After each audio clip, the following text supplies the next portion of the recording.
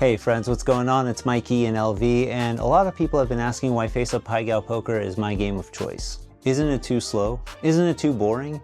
Isn't the house edge greater than Blackjack or Baccarat? I'm gonna break down why I actually think it's the best game in the house. Let's consider it against other low house edge games like craps, Blackjack, and Baccarat. We're only talking even money and main bets here because despite the dolt next to you that keeps swearing by the fortune bonus after hitting it 40 to 1, he can't seem to grasp that he lost that bet 50 times in a row.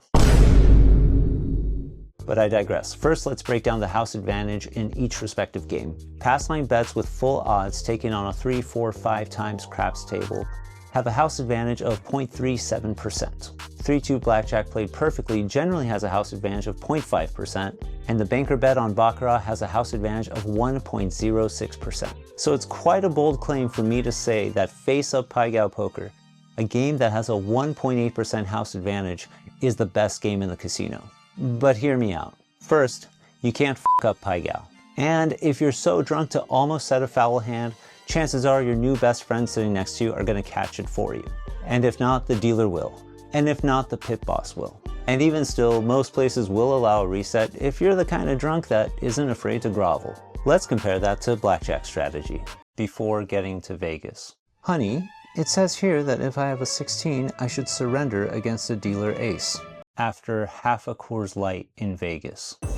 I know bitch ass motherfucking surrendering bitch. Hit me.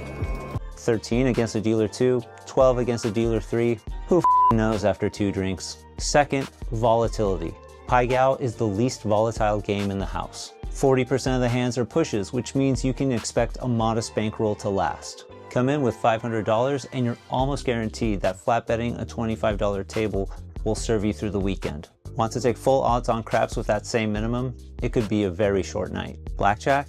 Look, I know it's thrilling when you split your 8 4 times, gotten 2s and 3s on each one, and doubled them all down because of course the dealer showing a 6. But the experiences I remember always had the dealer pulling a 5 in the hole, and the rest, and my bankroll, were history. Third, the slow factor.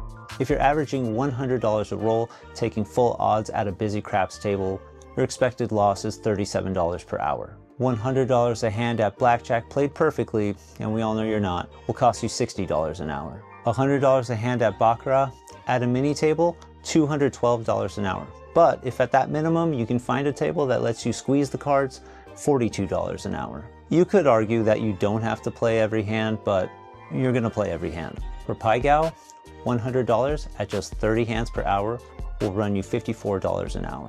That's less than mini Baccarat, less than Blackjack, and a whole lot less volatile than any of the games I mentioned. Yes, the price of entry for Pai Gow is generally higher than most other games, generally starting at a $25 minimum, but consider that on the strip, a Blackjack game for any less is basically unplayable. Now, I'm sure someone in the comments will mention an off-strip ashtray with a $5 table, but I don't want to trip over oxygen tanks trying to find it.